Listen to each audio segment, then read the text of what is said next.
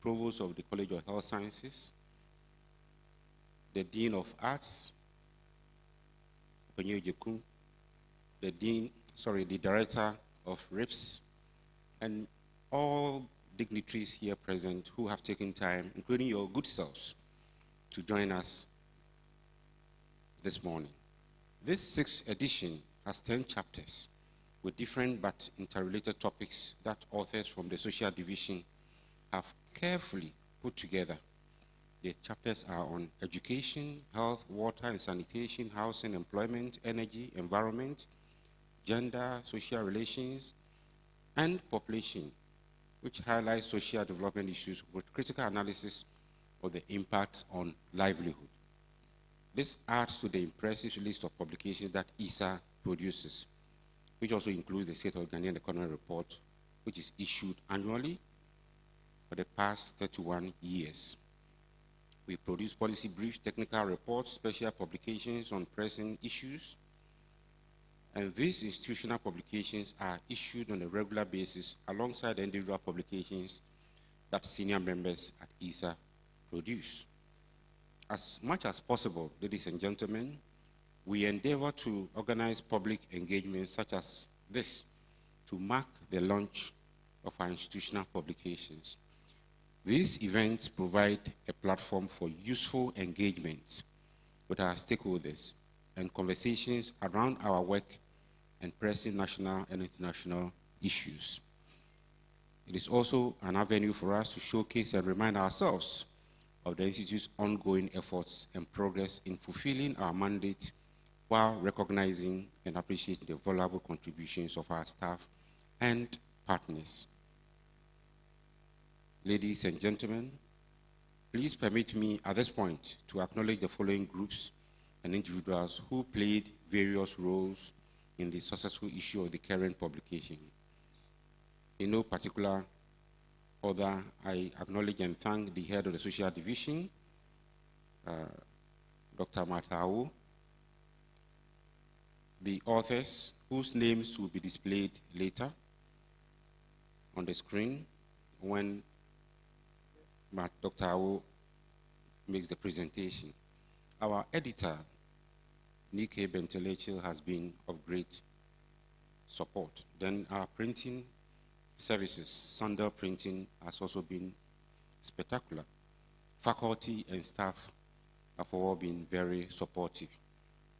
As part of our dissemination efforts, ladies and gentlemen, I'm pleased to note that for this year's Social Development Outlook, policy briefs drawing on the various chapters of the book have been produced. All the briefs will be uploaded on ISSER's website latest by Monday. My immense appreciation goes to the Agricultural Development Bank, ADB, and Stanbic Bank for their continuous support over the years, which has made it possible for us to enhance and sustain our dissemination efforts. I thank both ADB and Stanbic, and I would gladly request that we give them a hand of applause. And to you, our cherished participants, I say thank you all for making time once again to be with us. I thank you most sincerely for honoring our invitation and warmly welcome you to ISSER. I've told you the purpose is to launch and disseminate the 6th edition of the Ghana Social Development Outlook. I thank you for your attention and wish all of us an informative and enjoyable event. Thank you very much. Then, to my second role, that is to introduce the chairperson for this occasion. Our chairperson, who is the provost of the College of Humanities, who is also standing in for the vice-chancellor, is Professor Dan Ofori. Professor Daniel Ofori, a professor of management at the Department of Organization and HR Management, is the second provost of the College of Humanities, University of Ghana. Professor Ofori is a project and applied management specialist with considerable teaching, research, and consulting experience in strategy and corporate social responsibility, project management, human resource management, and general management. He has earlier served as the Acting Director of the University of Ghana Academic Quality Assurance Unit. He has also served as the Coordinator of the University of Ghana PhD programs. He's a 3-time Head of Department of Organization and HR Management and teaches courses in Corporate Social Responsibility, Project Management, Project Evaluation, HRM, Strategic Management, Business Strategy, General Management at the postgraduate, that is master's and PhD level. He has published extensively and has attracted a lot of grants to the University of Ghana. So, ladies and gentlemen, let's welcome our chairperson for this occasion, Professor Daniel Ofori. Thank you very much.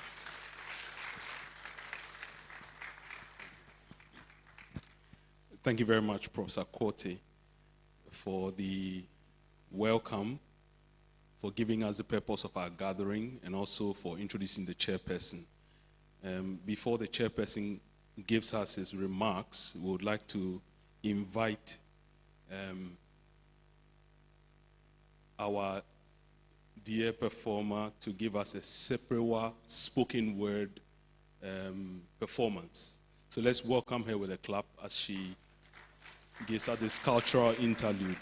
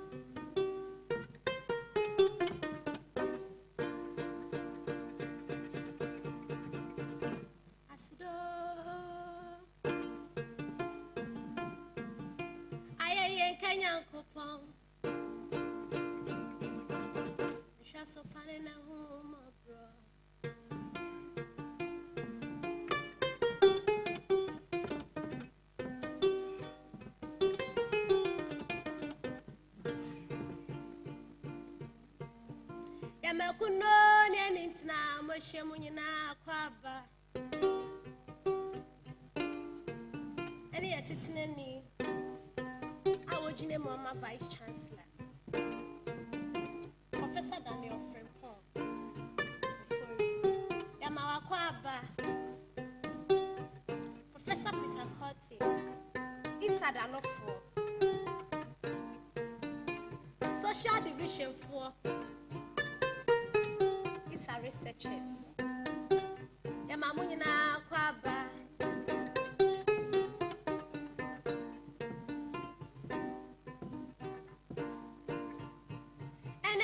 Share moi,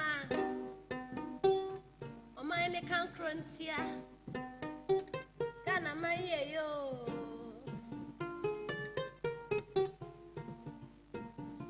Yana yanim, Edumedia, is a year,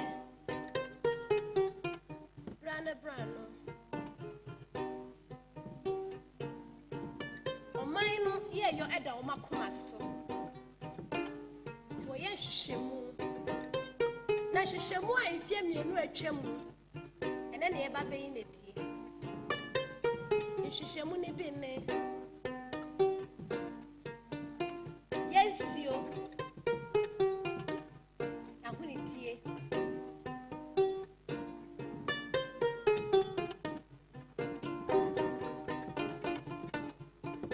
enyinam kania ene de keka ho se ya ye nim dada.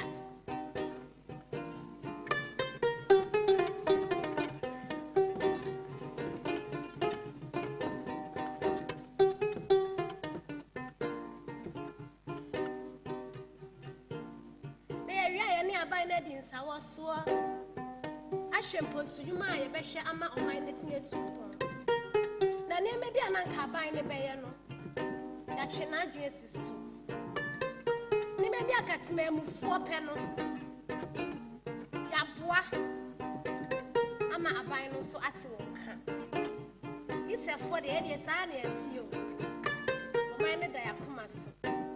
It's a 12 and a more.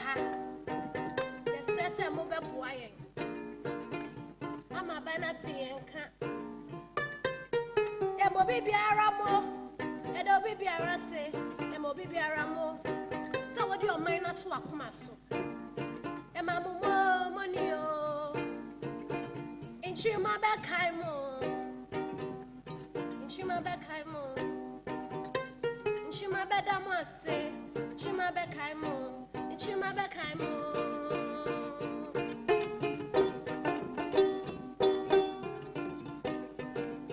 Chima damasi damasi damasio, chima damasi damasi damasio, chima damasi damasi damasio, chima damasi damasi damasio, chima damasi damasi damasio, chima damasi damasi damasio.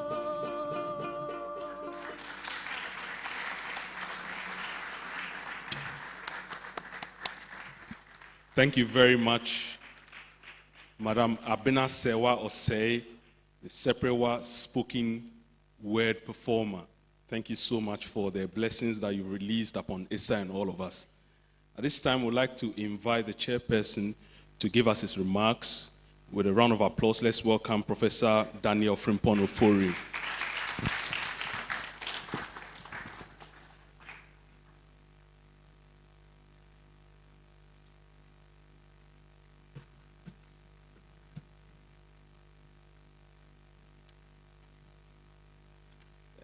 Good morning. So this is an address delivered by the Vice Chancellor, Professor Nanaba Biamfo, on the occasion of the launch of the Ghana Social Development Outlook 2022 at the ISSER Conference Center on Tuesday, June 6, 2023. So I am delivering this address, so I'm not allowed to add or subtract anything at all. So I shall start by addressing members. Professor Danofori, Provost of the College of Humanities, who will normally be sitting there. Professor Peter Kwote, Director, ISSER, Deans and Directors present, Provosts, Deans and Directors, Heads of Department, faculty, senior members of ISSER, and the University of Ghana community, distinguished invited guests, representatives of corporate organizations, ladies and gentlemen. Good morning. This one is from the Vice Chancellor, so you have to respond, please. Good morning. Good morning. Thank you. So I'm delighted to be invited to chair today's program, which marks another important milestone for ISSER as we gather once again to launch another edition of ISSER's research outputs. I must applaud the director, ISSER, and his team for the hard work and efforts they continually invest to present research outputs that give us an opportunity to reflect and engage in important social and economic deliberations with relevant stakeholders. At a time of heightened global socio-economic challenges, research-led decision-making and policy-making offers one of the surest lifelines to achieving sustainable development that can have a meaningful and lasting impact on people. This fact underscores the unabating relevance of research to our lives and to nation building. Therefore, the launch of the 2022 Ghana Social Development Outlook, GDSO, today couldn't have come at a better time. As the director indicated, the GSDO comprehensively documents with evidence issues related to social development in Ghana.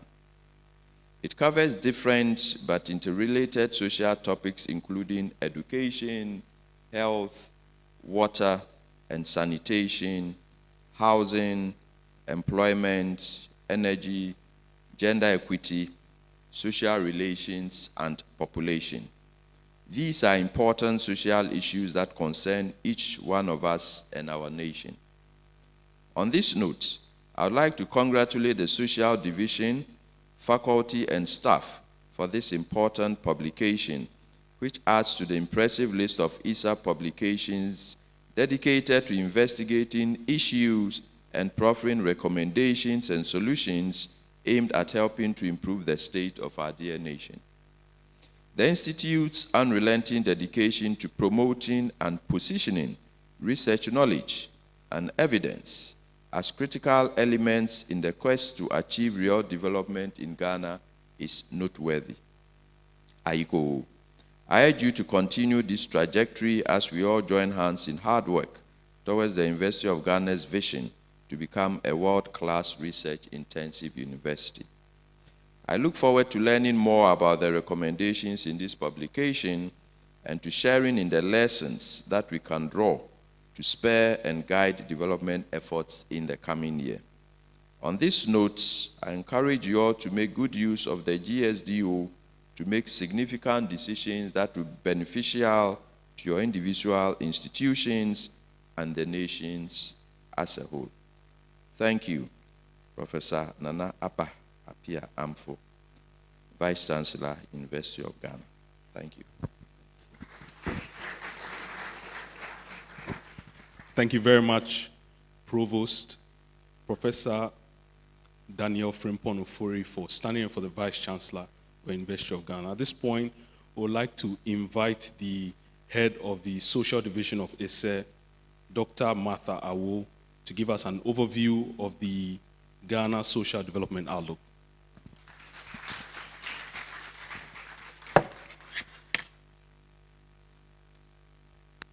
Thank you very much, Dr. Amma. Mr. Chairman, the Provost, College of Humanities, Professor Daniel Frimpong Ofori, the Director, the Provost present and Deans also present, the Director of the Institute of Statistical, Social and Economic Research, Professor Peter Korte, our development partners, heads of division, highly committed ISSER research fellows and support staff, invited guests, students, all protocol observed.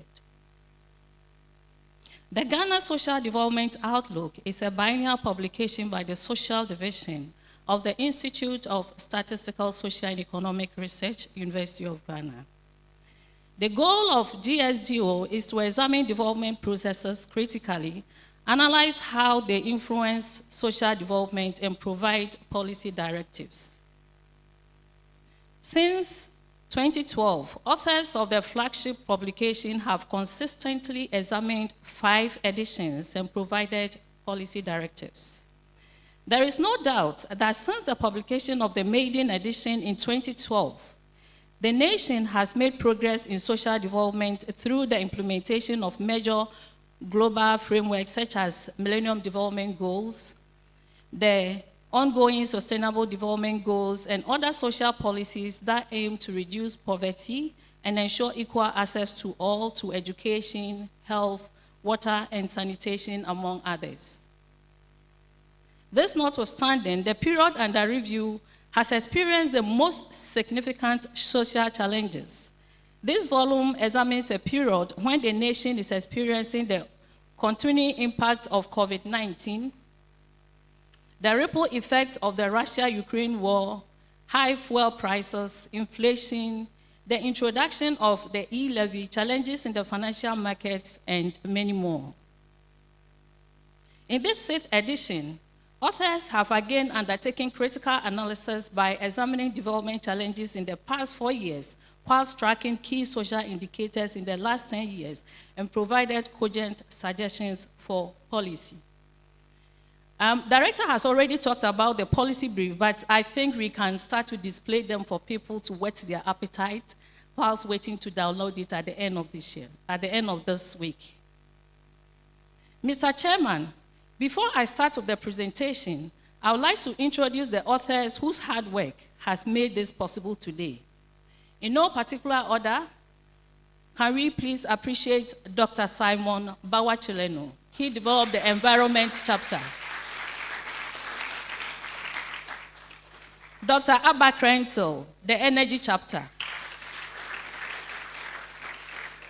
Professor Gertrude Ya Owusu, the health chapter. Dr. Kofi Techi Asante, social relations chapter.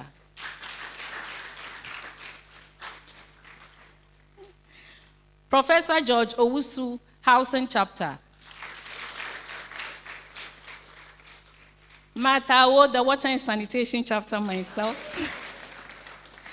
Dr. Elizabeth Asante, the Gender Chapter. Dr. Michael Kodom, Population Chapter. Dr. Gertrude Jiva Tovike, Employment Chapter. I must add that we do not do this alone. We collaborate with the wider university community, and over the years, we have enjoyed the unwavering support of Dr. Clement Adamba, who solely developed the education chapter. He couldn't make it. Professor Akosua Kesibwa Dakwa, who collaborated with Dr. Tovike to develop the employment chapter, and Professor Stephen Kwanchi, who produced the population chapter with Dr. Kodum. Also to our committed external reviewers, who not only carefully and thoroughly reviewed the chapters, but some of them promised to be here to support ISSER's course. In no particular order again, can we please appreciate Professor Abner Dachi Odru, Professor Eric Tinkrai, Professor John K. Anafi, Mr. Kwame Ajay Mante, Dr. Stephen Intor, Professor Jody Chikata, Professor Nana Ekwia Anyidohu, Dr. Siakwa Pius, Professor Angelina Akusa Jijom, Professor Godwin Aku, and our editor, Mr. Nee Bentil Enchel. Now with the presentations.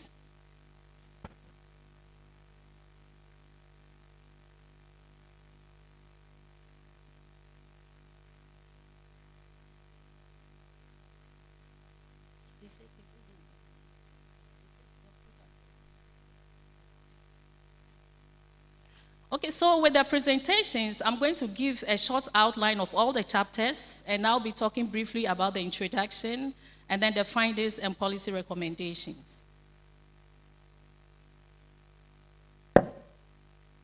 Education chapter.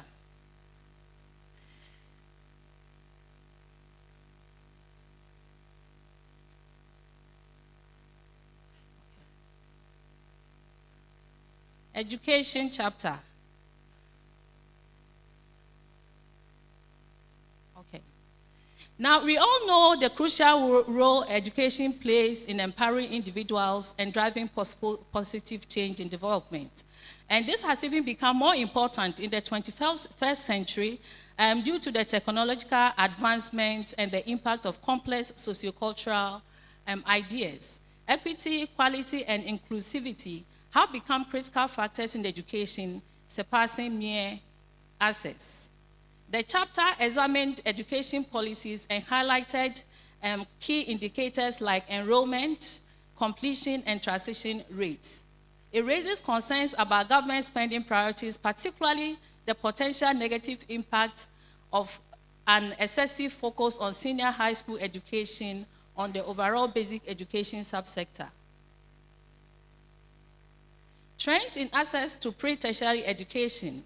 And this is very interesting because while net enrollment rates at the SHH increased significantly from an average of below 30 in 2017 to as high as 70% between 2019 and 2020, net enrollment rates at the junior high school level since 2007 has been falling, and from about 50% to an average of 45% in 2020. And from the graphs, we can see how education has fallen since 2017 in the junior high school, and then has risen from 2017 in the senior high schools. The same trend is observed in the basic level, where we can see a trend of falling enrollment rate from 2017 all the way to 2019 and 2020. Now, the decline in net enrollment rate at the junior high school and primary levels are a reflection of a situation of retaking our eyes off the basic education sector. Now, the school capitation grant delays have also prolonged schools as schools sometimes have to start for nearly a year before they receive their allocation for the previous year. And non-payment of school or delays also in paying caterers have also become a normal thing in our country. The amount of 90 pesos given per child to provide nutritious meal, and we all know is woefully inadequate. And we saw on Sunday on TV how most of the caterers were agitating for payment.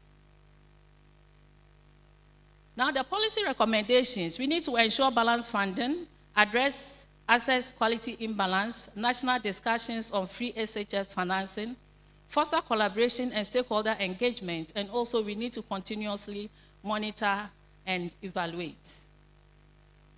Health.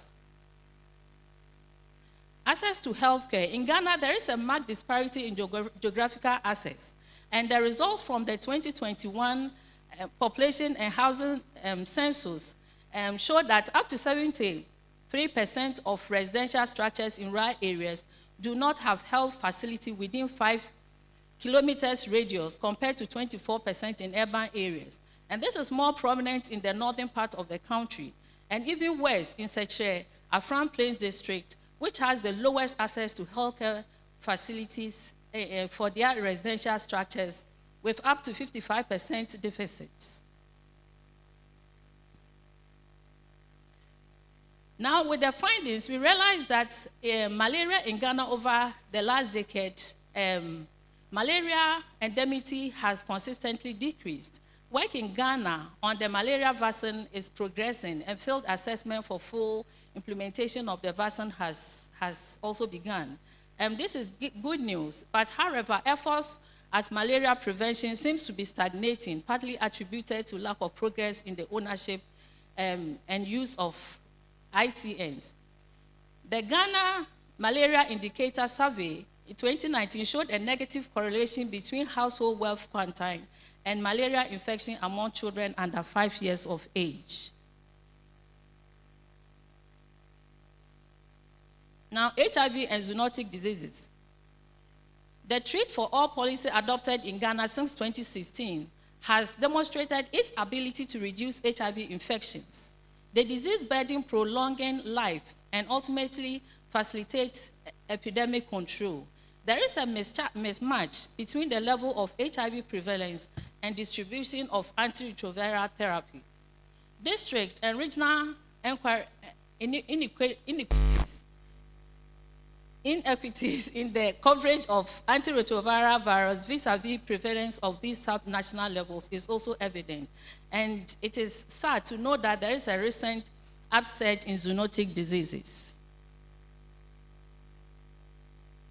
Now, the policy recommendation in relation to malaria and persons with poor housing, improved housing is very important, targeting vulnerable households and overcrowded inner city neighborhoods. The Ghana Health Service should also learn lessons from the conspiracy theories regarding full vaccination coverage against COVID-19 and work to circumvent any possible malaria vaccine hesitancy. Stakeholders should ensure evidence-based distribution of antiretroviral therapy informed by the prevalence and incidence of the infection within subnational levels. Stakeholders should also step up preventing public health measures to reduce the transmission of zoonotic diseases through sustained public and behavioral change, communication, and education. Water and sanitation. Ghana has made significant progress towards meeting the Sustainable Development Goals objective for water. However, the same cannot be said of sanitation. National coverage for improved drinking water is about 92%, and that of improved sanitation lags behind, and it is around 59%. Although access to drinking water is improved, there has been worrying water shortages in both urban and rural areas. The situation in rural areas is even worsened by the menace of illegal mining and water pollution. National coverage for improved sanitation is 59%. Similarly, sanitation facilities are non-existent in many areas, leading to open defecation, which is 18% nationally, with the rural sectors leading at 31%. Access to improved drinking water increased by 10% point from 2018 to 2021, with sachet water being the major source and pipe water being the second source. Comparatively, 2% of urban dwellers lack access to improved water, particularly in the northeast region, while 17% in rural areas are mostly in the savanna regions. Access to basic water increased from 80.2% in 2015 to 87% in 2021. Evidently, it was revealed that about 4% of households have access to improved source of drinking water beyond 30 minutes round trip. The proportion is about 6 times higher in rural areas than in urban areas. Now we can see from these charts that water accessibility rates were below in the regions like Savannah, OT, and Northeast than others, and access rate of rural dwellers and urban dwellers below, but also were also low for Northeast and the Savannah regions. Now, toilets. 59.3% of households had access to toilet facilities, with urban being 65% than rural. About 43% of households use an improved and exclusive toilet, that is the basic service. More than half also use an improved but shared toilet facility, and urban has 54%. Regions with higher rural open defecation rates are still in the northern, upper west, Savannah, and northeast, and also the Bono West. These regions haven't actually changed over the years. Regions with higher urban open defecation rates also includes northeast, Savannah, upper east, and then northern OT. Over 90% of households without toilet facilities defecate in the bushes, fields, or gutters in 13 regions. Out of the 13 regions, they contribute 98% to open defecation. Now, from the charts, we can see that households with at least basic facilities have been on a rise after the Millennium Development Goals, while the trends of those who access limited toilet facilities, unimproved and open defecation have been falling since 2015 to 2020. With the figure 4, in terms of open defecation, high prevalence rates in northern Ghana, where 5 regions have rate of over 50%, is still prevalent. Now, the policy recommendations: rural water systems need to be improved to address the water situation. About 36% of the rural dwellers who depend on limited and unimproved sources of water, of drinking water. There's also need for strong collaboration between government and all stakeholders, and also increased education on open defecation. There's also need to implement targeted programs and initiatives to provide improved and exclusive toilet facilities, increase investment in infrastructure, and expand water supply networks to households and other regions. Housing. The big question of housing is whether there is real shortage of housing in Ghana. Factors conditioning supply and demand of housing is quantity, quality, and cost. Housing demand is correlated with population characteristics and per capita income. Supply side includes quantity, quality, affordability of housing units. Access to housing can still be limited if cost is not within the means of majority. Housing demand is also influenced by population growth and household information rates. Now, housing stock and deficit. Deficit, surplus, estimated required housing stock are computed on the basis of 6.0% per household per 2-bedroom housing units.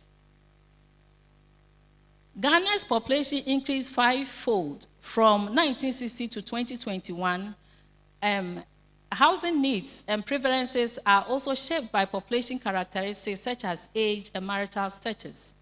Housing stock has kept pace with population growth, showing a surplus in 2021. Regional variations also exist, with some regions recording housing surpluses. Reported surpluses include inadequate structures such as kiosks, metal containers, wooden structures, tents, uncompleted buildings, and others, and these do not reflect the real housing challenges. In 2021, the population and housing census indicates that these inadequate structures represented about 56% of so-called surpluses. Now, the policy recommendations. Affordable housing is out of reach for many households, requiring attention to cost and access to land, finance, local buildings, materials, and building codes. Government should provide incentives for middle and upper income individuals to invest in rented units of low-income households. Addressing supply side challenges and promoting affordable housing options for different income groups. Implement targeted subsidies or housing assistance programs to support low-income households in accessing affordable housing options. Employment. Ghana is grappling with creating sustainable, secure employment for the population, particularly women and youth. The trend, nature, and quality of employment have been shaped by various past and present economic and global conditions.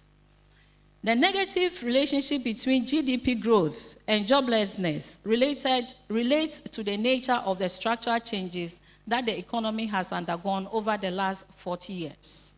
A notable shift in the economy is the sectoral contribution of GDP as well as their employment creation. While agriculture has dropped to the second spot in its contribution to GDP, it remains the largest sector for the employment of the majority of Ghana's population. However, the agricultural sector contributes to employment is declining steadily. In general, women and youth have higher rates of unemployment, with female youth recording higher unemployment rates nationally. Unemployment is also higher in urban than rural areas. So with the unemployment status, we can see that with the self-employment, it is women who are actually leading in self-employment. But when it comes to employment itself, it's the men who are also in the majority. Now, self-employment has remained the dominant form of employment since 2000, and more women than men are self-employed. The percentage of people employed in wage work has increased substantially since 2000.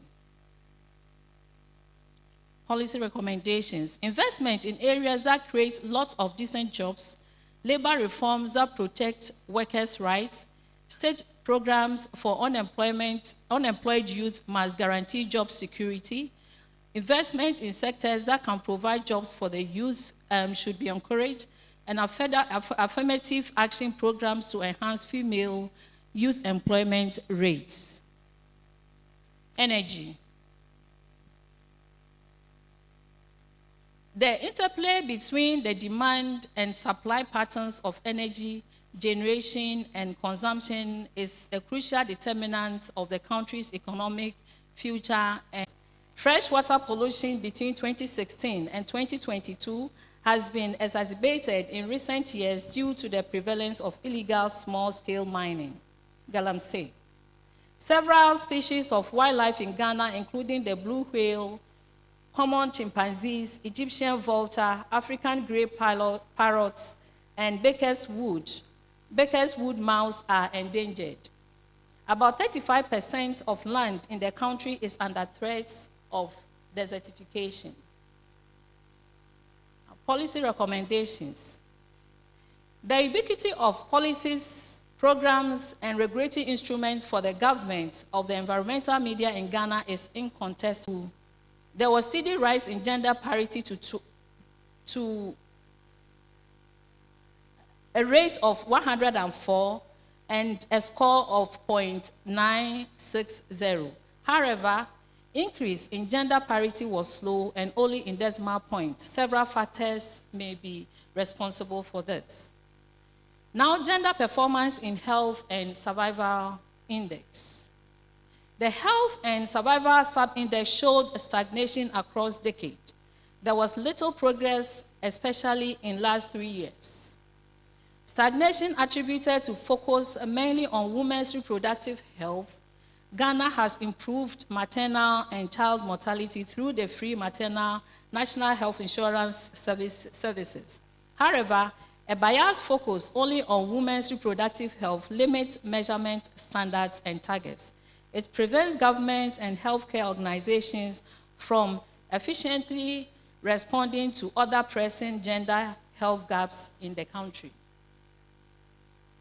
Gender performance in political empowerment sub-index. In Ghana, as in world, political empowerment remained the least advanced among fundamental sub-indexes across 2012 to 2022. Factors making it difficult for gender interests to be prioritized in public decision-making is also discussed and recommendation also given in the chapter. Now, the policy recommendations. There is need to gather baselines in national data to establish grounds for gender disparities in the informal economy. It will provide starting points for analysis of gender processes that create structural disadvantages for females. Education. When considering outcomes of gender disparities, it is important for Ghana to decide on educational outcomes other than access and enrollment. Health. There is need for gender disaggregation data on the gender differences in healthcare patterns and the type of medical service used, gender differences in disease diagnosis and impact of treatment. Global research supports other gender disparities in health. Global research supports other gender disparities in health. Now, the political empowerment. Ghana needs to prioritize gender equality through groundbreaking empowerment strategies. Example, investing in women's political campaigning. Social relations. Social relations are central to human existence. They provide a unique opportunity to study the nexus between the micro-sociological and the broader factors that shape or influence social life. It is in the course of these relations that structural realities like social classes, gender ideologies, social hierarchies, among others, are constructed and reproduced. These structural realities, in turn, have implications for political stability, social equity, empowerment, and other aspirations connected with the Sustainable Development Goals. Now, the findings in terms of social trust. Social and political engagement are convivial in nature, even though Ghanaians are cautiously trusting for others, cautiously trusting of others. This paradoxical situation is shown in the fact that even though a large proportion of Ghanaians think that people are generally trustworthy, they still harbor suspicions. They still harbor suspicions that these other trustworthy people could cheat or swindle others if they get a chance. Now, volunteerism. There is a general desire to contribute to collective efforts aimed at community improvement, but this desire is rarely translated into practice. Where volunteerism does not occur, it often involves actions rooted in conviviality or sociability and oriented towards causes associated with helping socially intimate relations. Now, if you look at these questions and the responses, it is asked that if a community project does not directly benefit you, and it is benefiting others in the community, would you be ready to contribute time to the project? And the answer, we can see that the answer is yes. But when it is asked, In the last 12 months, did you participate in any communal activities in which people in the community came together to do some work in the benefit of the community? You can see that no is high. Now, policy recommendations. Tolerance. Given the fact that Ghanaians are naturally tolerant of diverse ethnic, religious, and other identities, the prevailing enrollment of tolerance must be maintained.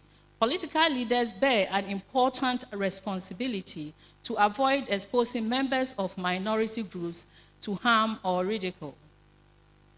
Volunteerism. There must be a concerted effort to translate into practice the widespread willingness of Ghanaians to take part in community improvement initiatives. However, in the absence of further research, it is hard to determine exactly what specific strategy will successfully encourage active management in this regard. Trust. Continued social harmony requires that the high levels of hesitant trust discussed previously must give way to enthusiastic trust. However, more research is needed to fully understand how enthusiastic trust can be fostered. Population. Before any country can engage in any development agenda, it is imperative for it to take into consideration the dynamics of its population structure in order to fashion out policies and programs that addresses the concerns of the population. The chapter also looked at Ghana's population dynamics in relation to its size, growth, and spatial distribution, and its important ramifications for the country's development. Now we can see how our population is rising from 1960 at 6.7. In 2021, we are at 30.8. And this is so much of concern to development issues. The growth rate, Ghana's population could reach 61.6 million by 2051. Ghana's population can reach 61.6 million by 2051 if the annual rate of growth remains the same. And this is dominated by females. Children population reduced from 41.3 in 2000 to 35.3 in 2021. Greater Accra region has taken over as the most populous region in 2021 from Ashanti. The total fertility rate declined from 6.4 in 1988 to estimated at 3.7 per woman in 2021. Life expectancy at birth has also increased over the years from 57 years in 2000 to 64 years in 2020. Implications of Ghana's population for development. The population growth rate has seen declining trend since the year 2000. The result of which has included the altering of the population structure, with aging fast becoming an important phenomenon of Ghana's age profile. While the size of the youth population needs to be factored in policy decision-making, the plight of the elderly cannot be easily glossed over. The heavy concentration of the population in the region, especially in the cities of Accra, Tema, and Ashaman, certainly has serious implications for housing, sanitation, road traffic management, food security, and national security. There is the need to redirect population movement away from choked cities to areas with less population concentration, but where people could be guaranteed their economic well-being through deliberate job creation strategies. Now, policy recommendations. The provision in the new pension scheme for individuals working in sectors should be strengthened through public education to attract patronage. Special economies of scale should be considered in order to redirect migration away from the cities of high population concentration. This calls for effective operationalization of the decentralization policy, backed by efficient planning, resource mobilization, prudent financial management, and program monitoring and education. The influx of young migrants from the West African sub-region into Ghana is fast becoming a source of concern for national security, and yet there is no data on this development. The Ministry of Interior, national security agencies, and the Ghana Immigration Service should team up to undertake a study to document all these immigrants to determine their status based on the ECOWAS protocol and take appropriate action to defuse the possible threat their presence poses to national security. In conclusion, Mr. Chairman, through the analysis and policy recommendations, it is hoped that the GSDO 2022 will contribute to the progress of the social development agenda of the government and its agencies and serve as a useful source of data and material for discussion and further inquiry for academia and the general public. Thank you very much.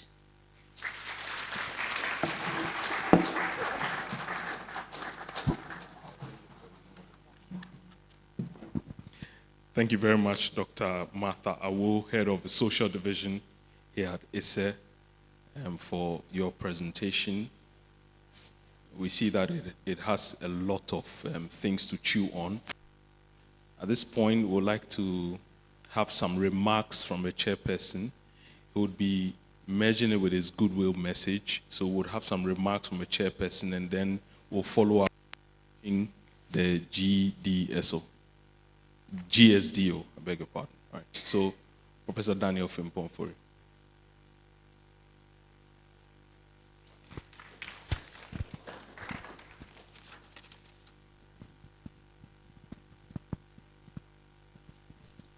Thank you very much. So this time I'm here as a provost in my own capacity to make a few remarks. I think between the Vice Chancellor's comments and the Director's comments and what we've just said from Dr. Martha Awo, it's quite clear that ISSER has done a fantastic job on this GDSO 2022. Quite clearly, ISSER has a huge footprint in the areas in which it's been exercising its mandate. The social, no, let me start with the statistical, social, and economic areas. It's clearly a world-class institution in that regard. So I'd like to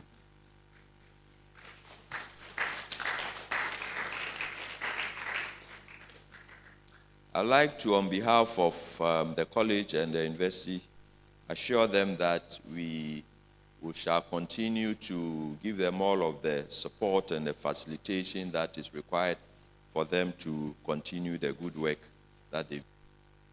So to borrow a sentence from Ghana, ISSER, we have your back. So continue with the good work. Thank you very much. So I think we can proceed to look at the report.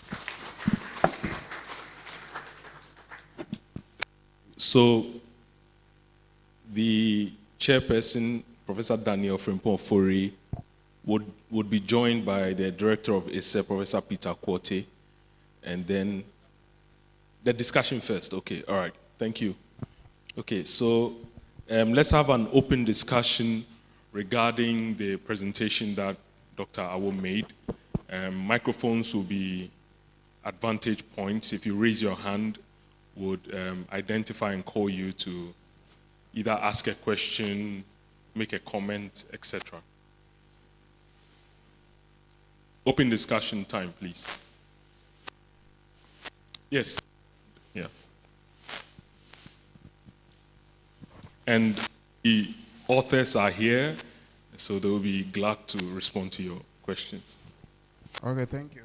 I have a question on the housing chapter. It wasn't too clear to me what to take from it, because we know that there's been issues with respect to housing, and they've spoken about deficits.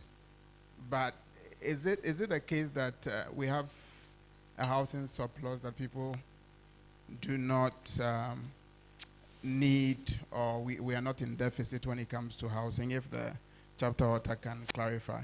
The second question is with respect to employment. I didn't hear anything about, I know this is a summary about the quality of employment. So it's possible for people to be employed, and here the circumstances and the conditions of their employment. If they can clarify that, that would be great. Thank you.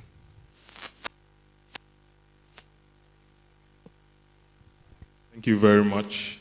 Any more? We can take 3 rounds and then, yeah. Thank you very much for the great presentation. My question is on health, and under health, specifically under maternal and reproductive health. In your presentation, you greatly articulated how the impact of the free maternal care delivery has contributed to reduction.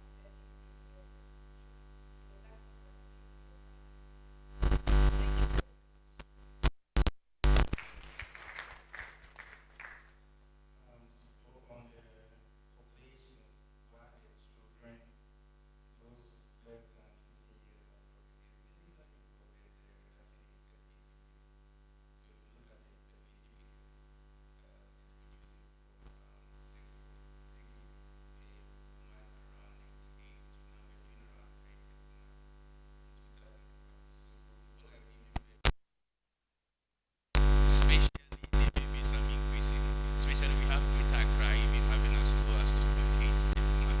So in the populous regions, you have fertility reducing significantly.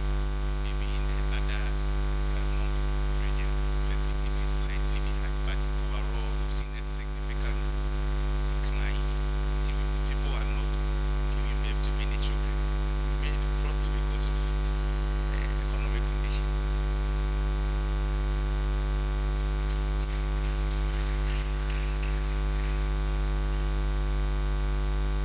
Thank you. So my question is about working conditions.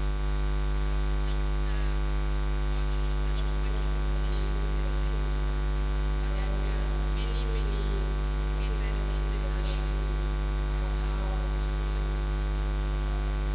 already realize that the police has below workers for one month. Equality comes with certain kinds of work, certain previous conditions. I will also reference some ongoing projects. One by Dr.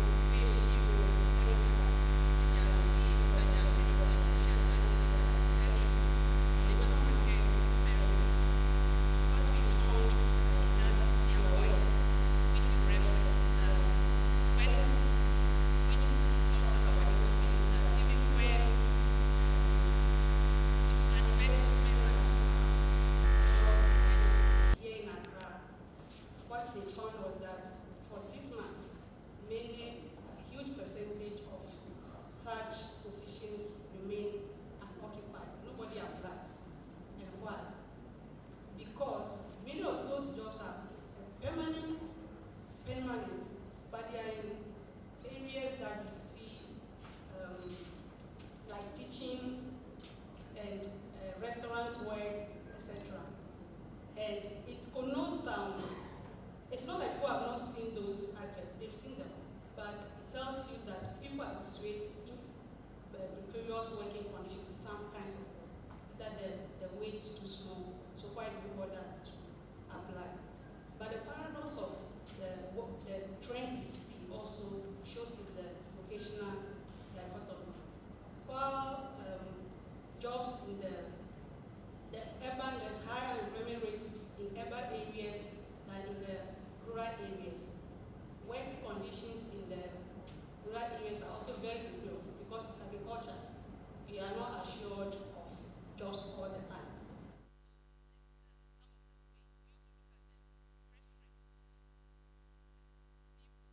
What do they want to do from other works by Professor Nido and others?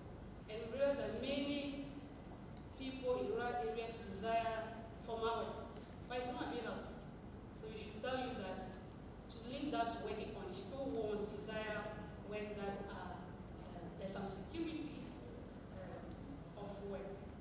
And so in terms of working conditions, I'm part of another project which we did not reference here on precarious jobs in the global south. And we see increasing because of there's no job, so people take what they have. And employers are also revising, or it's a piece to the bottom. They are not improving, but they are making work more precarious for people. Thank you. Thank you very much, Office. Any more questions, please? Yes, we have a hand. Good morning. Yeah, please tell us your name. My name is Grace. And then you ask your question. If possible, you can be specific about the area, maybe health. Okay, I have 3 questions scattered. I think 1 from each or 2 from one and then. So the first question is a follow-up to the drop in the number of babies we're having. Does that mean maybe in subsequent years we're looking at a shortfall in human resource? Because we know in other countries where there are restrictions on the number of children you should have, the countries are coming back to say that now let's have more children. It might have an implication on the future. So are we looking at a shortfall in the years to come? And then when you puts all of the in the report together, where does that place us in the attainment or achievement of our sustainable development goals? Are we making any gains? Are we going back? Because it looks like in some areas we are making gains, in other areas we're also coming back. So where does that place us when it comes to the totality of our sustainable development goals? And then the findings on trust. Did you do anything between the trust Ghanaians have for their politicians?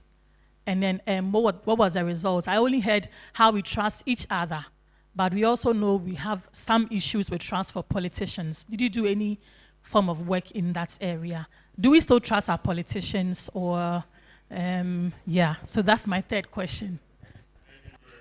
One more, there was a hand here, one more. Thank you. My name is Pakumi. My organization is Pali Reshape Africa. I have a curiosity when it comes to the volunteerism part, of which of the sectors it falls. But my curiosity is that maybe perhaps it may be more of a comment. Does the system create an incentive for people to volunteer in the first place? If you go to places of best jurisdiction, employers and institutions take premium on people's track record in terms of community service. So it will be curious to find out why people say they are willing to deliver voluntary service, and at one breath, their record shows that they've not done any community service. I think we need to interrogate that. Thank you. There's the last hand over there, and you take the mic to her. We want to take this opportunity to also acknowledge our online participants. Thank you for joining, and please check if there's any question from our online participants that we can respond to. Please, Prof. So my name is Professor Cynthia Quay. I'm with ISSER. There are two questions that I want to pose. The first one has to do with the housing deficit. Because if we still have excess in terms of residential, but then people cannot afford it, what are the policy implications? What should be done to alleviate this? Because a lot of people cannot afford the kind of high rises that are coming up with dollar money on it. People are quoting dollars and they can afford it. So what are the policy implications from this research study? Now, the second one, which I think goes to health, we talked about maternal areas on the teenagers, that's menstrual. But then when it comes to the aged, did the health survey touch on the aged and how they are being catered for in terms of health? It's a precarious issue because the national health doesn't work. And a lot of people cannot afford. So these are areas that I want to find if they found out anything and what the policy implications are. Thank you.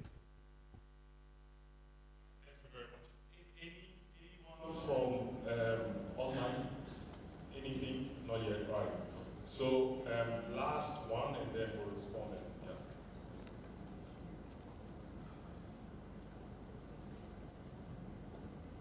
Please tell us your name, your organization, and then your question.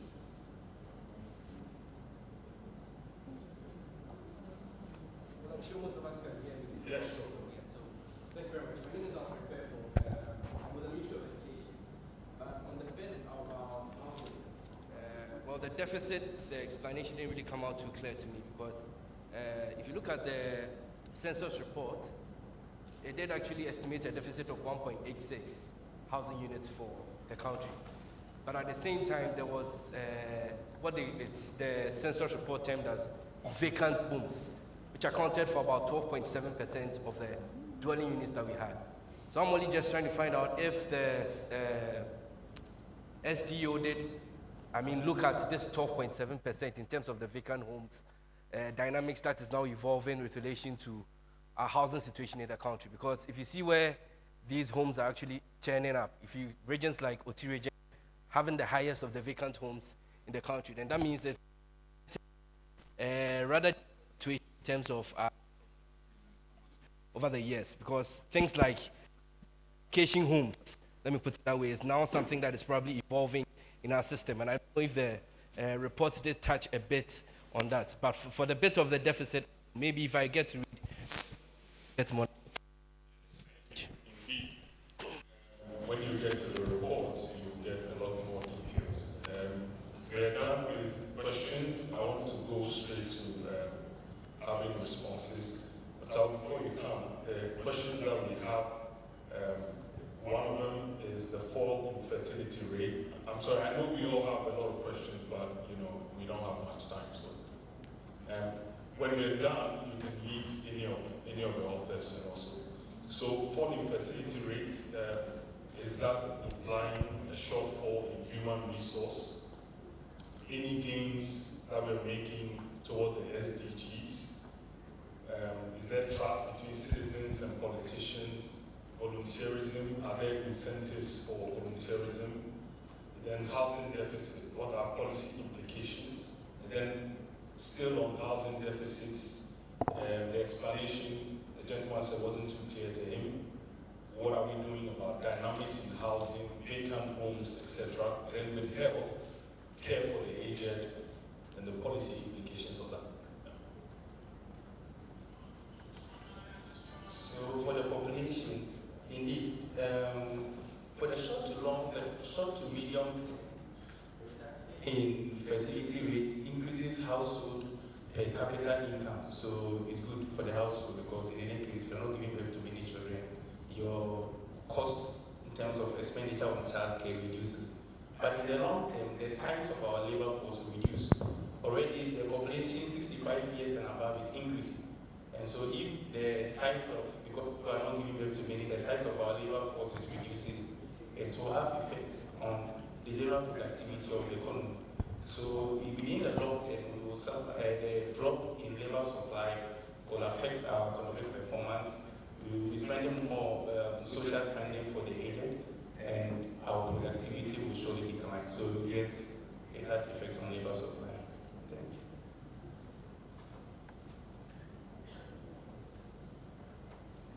Can technology help in terms of increasing the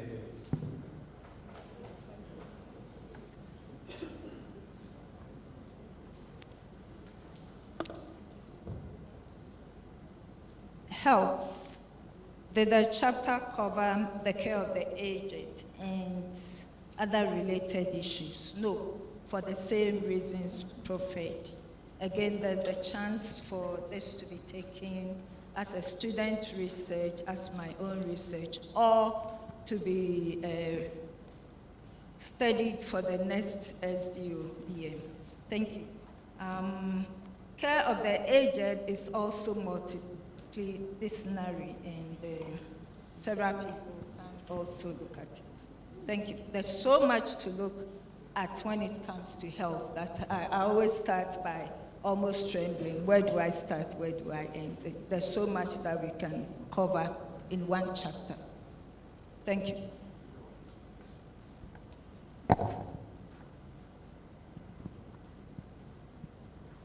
Thank you. Two questions were posed to me. One has to do with trust. So the focus was on interpersonal trust. So here we look at from intimate others to distant others, so family, friends, relations, so people you meet for the first time. So it kind of, it's obvious that those you meet for the first time, you may not have enough trust. But trust is a very complex concept. When you buy something online, you trust the person you may even never have seen them before. So there are various dimensions which wasn't possible to study using the data available.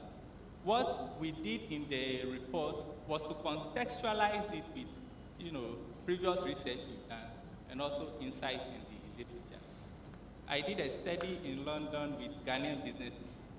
And among migrants, you find a lot of trust.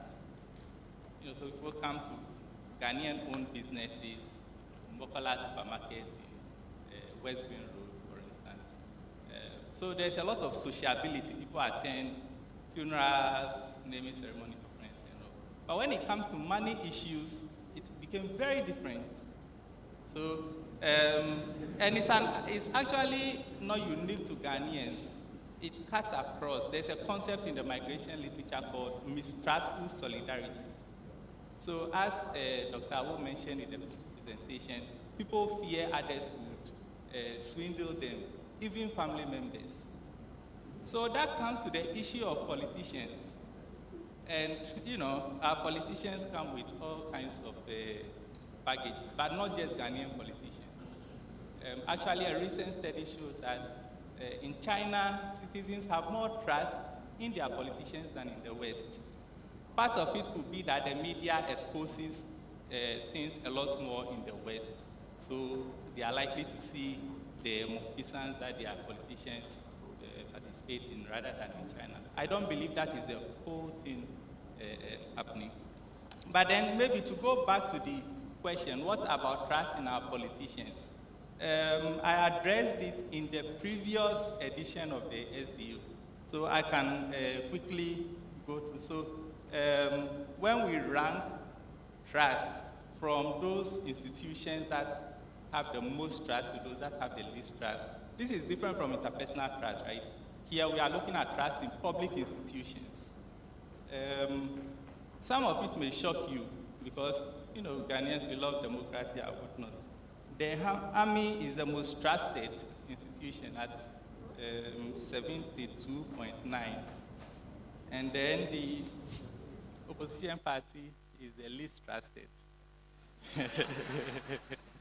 Again, which is counterintuitive, right? Because when a party is in power, they are often on the spotlight. And then, of course, across the spectrum, you have religious leaders next to the army, who are highly trusted. You have the president, in that order, traditional leaders, electoral commission, the ruling party, courts of law, local government, parliament, Ghana Revenue Service, police, and then the opposition party. So even the police was in the last in the. So, I mean, we could delve deeper into what is happening here, right? A recent study actually looked at, try to explain what is happening in large-scale surveys, like the Afrobarometer World Value Survey, by the time that the survey was conducted and what was happening. For instance, you could see the courts, the judicial service was somewhere in the middle. And if we look at the response rates, I didn't look at it, but it's likely that the ANAS documentary, this is using like 2016 Afrobarometer, could have affected the rates. Anyway, so this is just the general response to the question about the politicians. But then in general, if we think back to the graph on interpersonal trust and the fact that people are generally cautious about money issues and politicians handle the public funds, it makes sense that people would be a bit more skeptical about politicians. Thank you.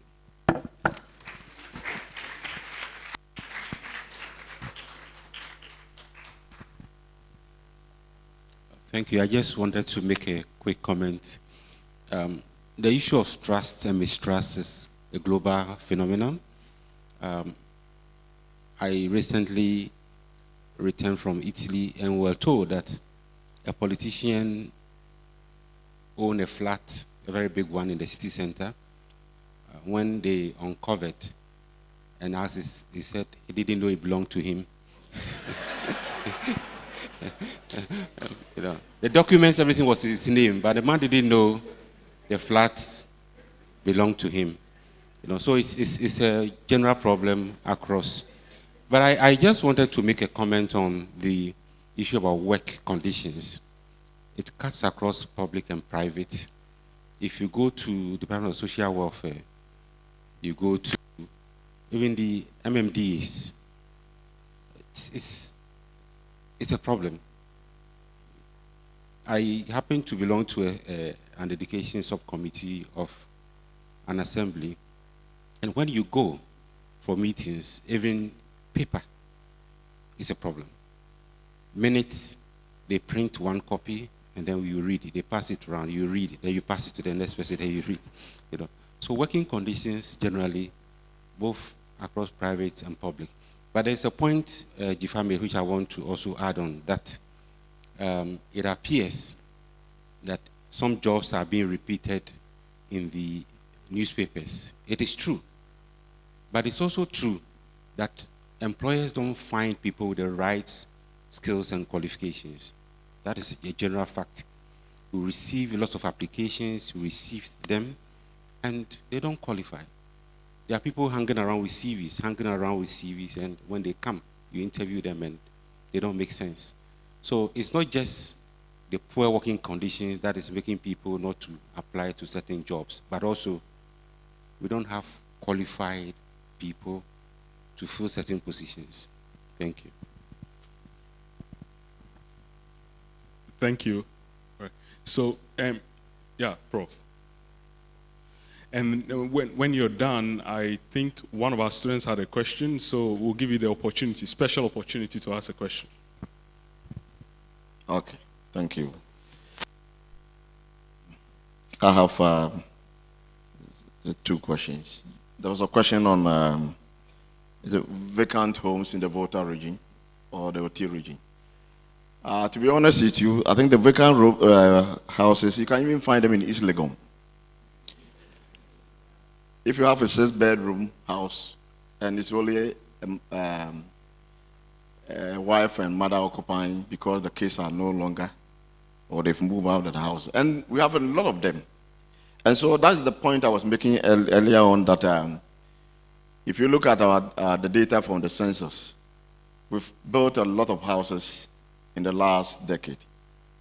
But those houses simply are not accommodating, or they are not meant for the poor. So we still have the challenge. And the question asked about the policy implications of the work. Yes, we did note a lot of policy implications. One, our informal settlements and slums are becoming more congested than ever before. And that has implications for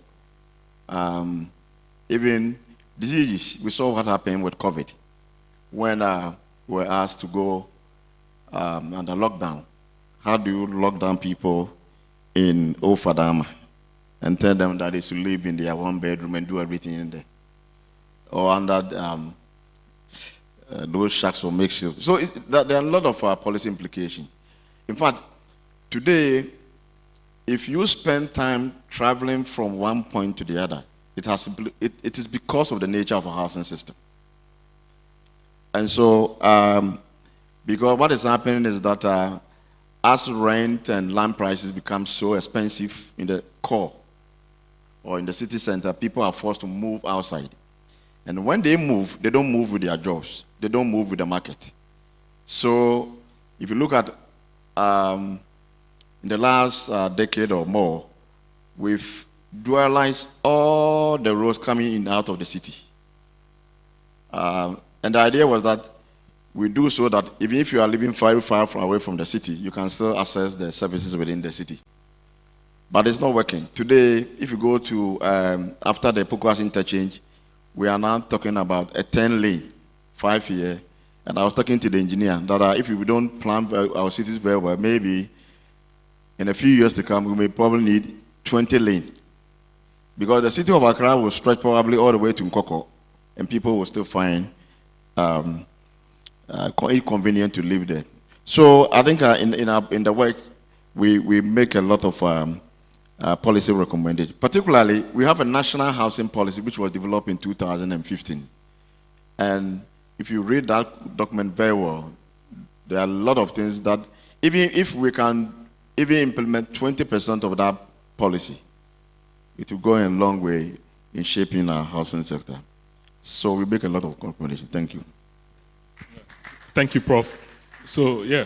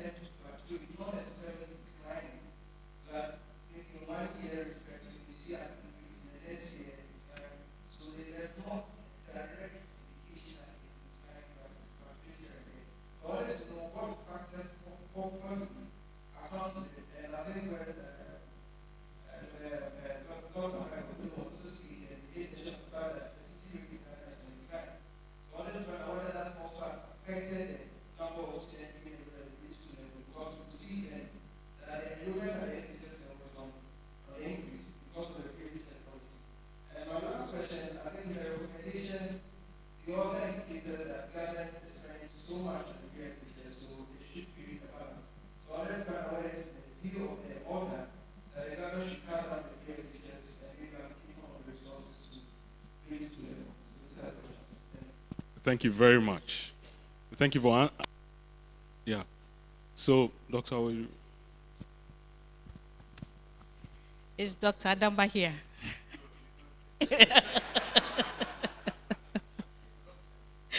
Okay, so I'm going to answer based on what I presented. And I think the author had made a lot of reference to the fact that the school feeding and then paying of caterers, because in most of our communities and our regions, it is this school feeding that attracts the children to school. So if that is not there, and like I also mentioned on Sunday, for instance, caterers had actually put down their tools that they were not going to cook. And for some of the children, that is actually a holiday for them. So based on what I read, the author made reference to the fact that it is the fact that monies are not going to the school, the caterers are not being paid. That is what is actually reducing the enrollment rate at the basic level. And of course, it is the basic level that feeds the JHS. So if that is reduced, the JHS would also be reduced. But then because of that free SH policy, the senior high schools, we see that rise in the senior high school. And you realize that the drop actually is almost the same year, 2017, where there is a drop in junior high school and then a rise 2017 in senior high school. So I think the author is not here, but based on what I read, that is what I can actually say. I think there was another question on...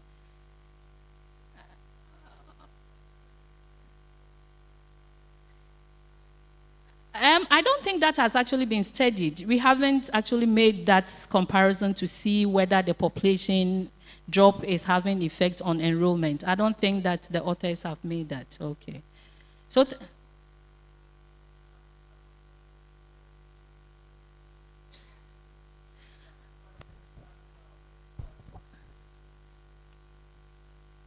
Yes, so I think it is based on, because he did a lot of analysis of data that he received, and I'm sure it is based on that he drew those conclusions. So unfortunately, he's not here, but this is, for me, this is what I can say, that it is because of the data that he had that he was able to make that conclusion.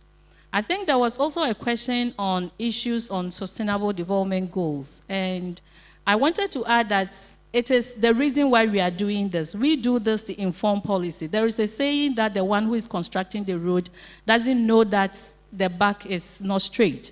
So we do the checks for government. That is why I was emphasizing on the policy implications, because there is an agenda that we hope to achieve, that is the Sustainable Development Goals. But then the programs that are in place, are we really following it in terms of education, in terms of health, in terms of all the aspects that we've studied? So that is what we do to also come out to inform government that, look, this area is lacking, this is what you should do, so that we can also meet the development, sustainable development goals. That is what I can say. Thank you so much. Thank you very much, Dr. Well, let's appreciate all the authors and the responses that they've given. We are short on time. The second question that Daniel asked, please write it down, because tomorrow when I meet you in class, we'll discuss it further, okay? It probably could be a take-home assignment. Anyway, at this point, we would like to invite our chairperson, Professor Daniel Frempong Ofori, who's the provost of the College of Humanities, and then also the director of ISSER, Professor Peter Quote, the head of the social division, Dr. Martha Awo, to come and then unveil or perform the launch of the Ghana Social Development Outlook. Let's also welcome the Dean of the School of Social Sciences, Professor George Owusu, also the head of the Economics Division, Dr. Isaac Osayakoto, to join them as they unveil. Yes, Dr. Fred Janku, the head of Statistics and Survey, should also join as they launch the GSDO 2022.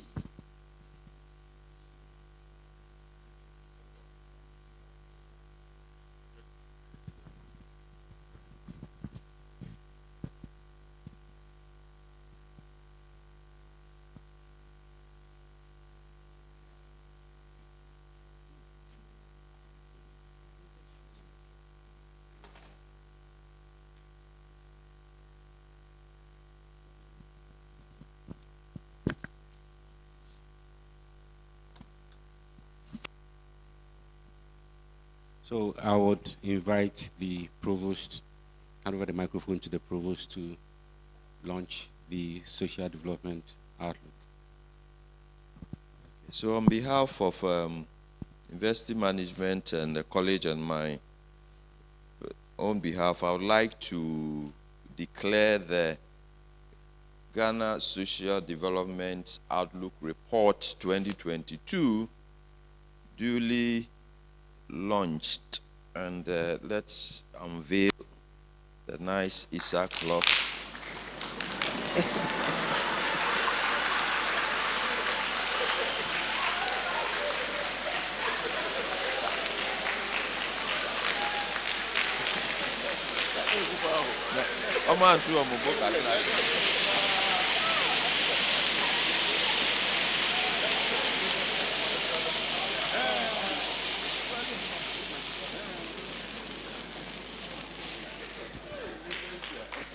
Let me also acknowledge the fireworks so that. So, this is it. The Ghana Social Development Outlook 2022. It's available. I know it's from you, but let me hand the first copy to the director. Well done. Can you please take one each so that?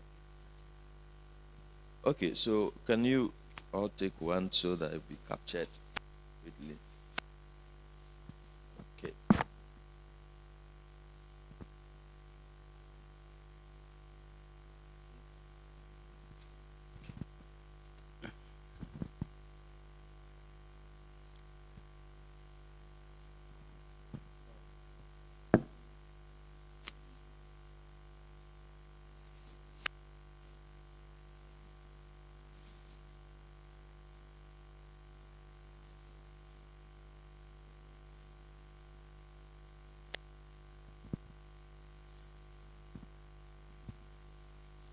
All right, thank you very much, the launch team.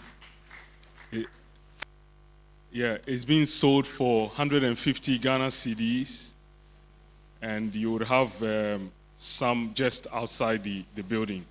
I hear there is a special presentation for the provost, so it will be brought shortly. Thank you all very much, and you can assume your seats. Let's appreciate them, please.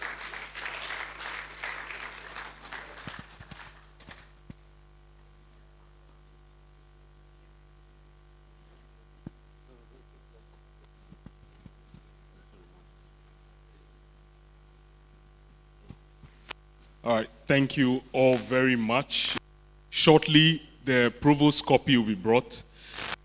Invite Dr. Michael Kodom to bring us a vote of thanks.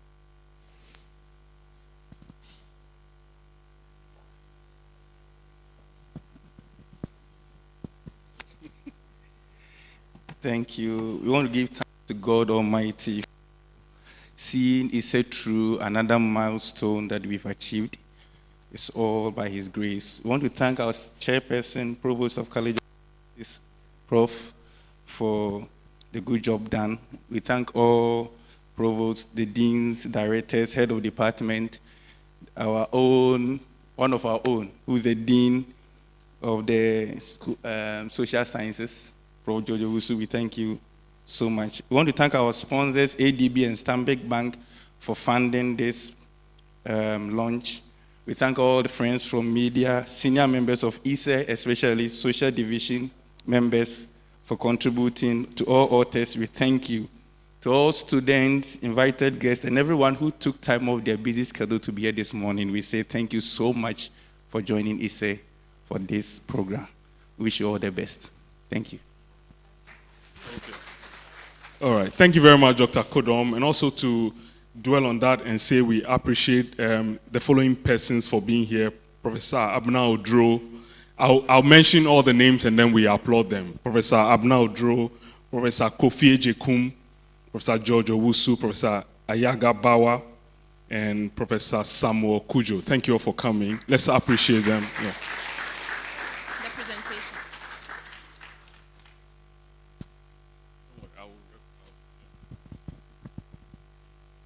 Yeah, So thank you so much.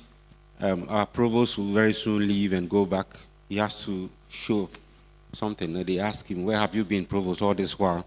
At least there is evidence to show that he was at ISSER. We have a special copy wrapped to be given to our provost. Thank you so much. We'd also invite Openye Jokum, Professor Openye Jokum, please. Okay.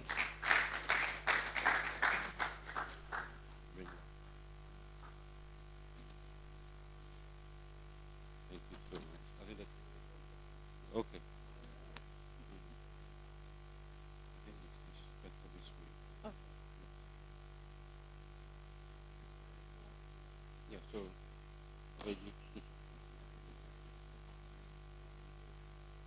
you so much. Today he couldn't go to Peace FM. He had to come and support us. We are so grateful. Then Professor Bawa, Yamga Bawa, RIPS Director, is he here? He stepped out. Okay, we'll send it to him. And then Professor Kujo, Niade Kujo, our tenant in residence, Provost College of Education, and executive tenant in residence. Thank you so much. Thank you for coming. All right. I have one more. Professor Brenodro, if you can please take the last one. We have to be gender sensitive, you see.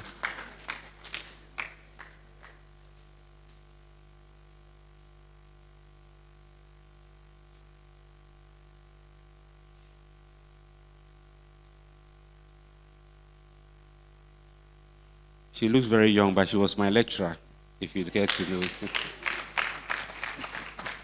Thank you very much. Thank you.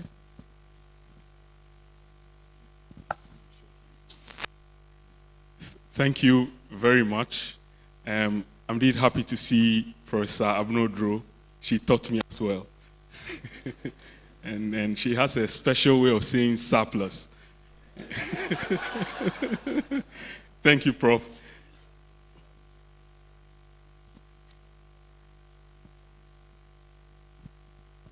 Okay, so all too soon we've come to the end of the event. We'll be taking photographs outside to my left, just out there through that door. And then interviews will be granted to media houses here present. We'll also encourage that you network and you don't leave here the same. So without wasting time, let's move out of this door. First, we'll allow those on the podium to head out. We'll take our photographs. We'll do the interviews and then some networking. Let me also say that there is packed lunch outside, so I'm told. If it is not true, then we will hold the snack. Okay, packed snack. Packed snack outside. Let me be very clear about that. Packed snack outside. And please note that the copies of a GSDO are also outside for purchase. It is 150 cedis per copy. Thank you all very much and have a wonderful rest of the day. Let's go outside and have the photographs. Thank you. Bye.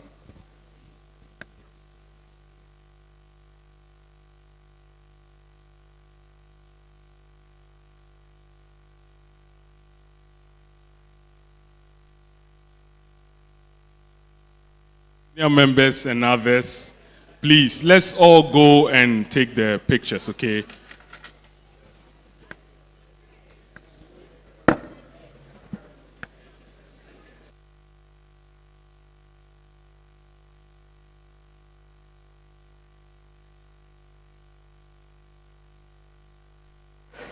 Hello.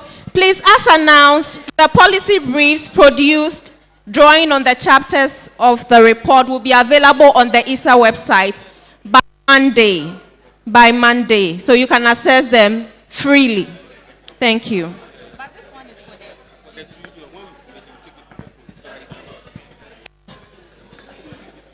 ISSER senior members, please join the high table guests for the photos. Thank you.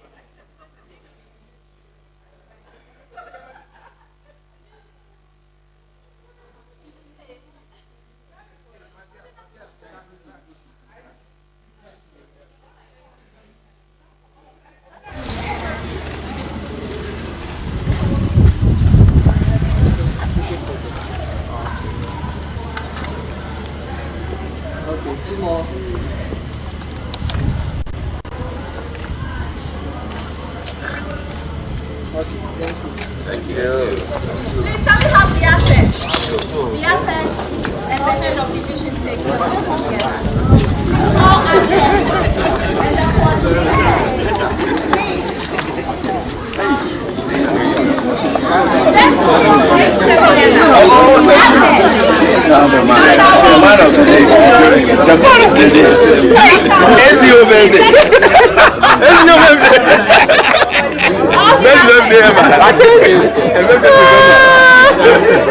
Please, can we have all the assets together? Everyone. You have to gather them. Okay. Please, please come and let's take all the assets are taken. I'm from TV. Can we speak with you after your photo? Where's Prof? Prof, okay. He's here. We are all here.